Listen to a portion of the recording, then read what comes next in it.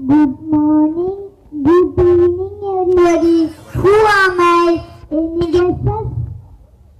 Yes, I am a beautiful mother nature.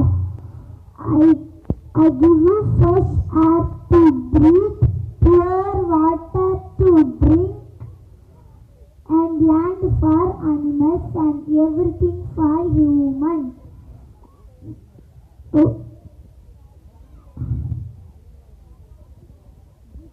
But nowadays I am being polluted by humans in many ways.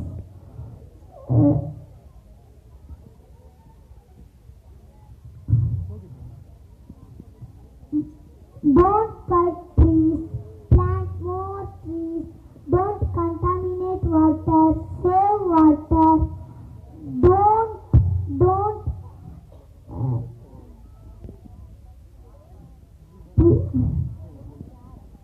don't pollute air, don't pollute land, then I will be alright.